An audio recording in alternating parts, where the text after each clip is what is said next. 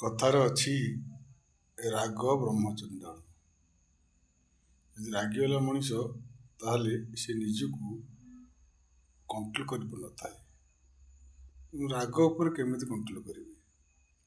ପ୍ରଥମ କଥା ହେଲା, ତୁମ ରାଗୁଛ ବୋଲି ଆଗ ଅନୁଭବ କର।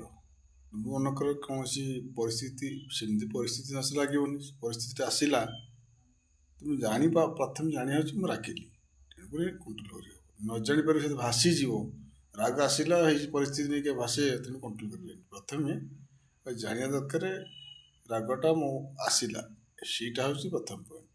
ରାଗଟା ଆସିଲା ହେଲେ ଅନୁଭବ କରିବେ ମୁଁ ରାଗିଗଲି, ଏଇ ପରିସ୍ଥିତି ହେଲା, ରାଗିବା ଉଚିତ ନୁହଁ, କଣ୍ଟ୍ରୋଲ ହବ।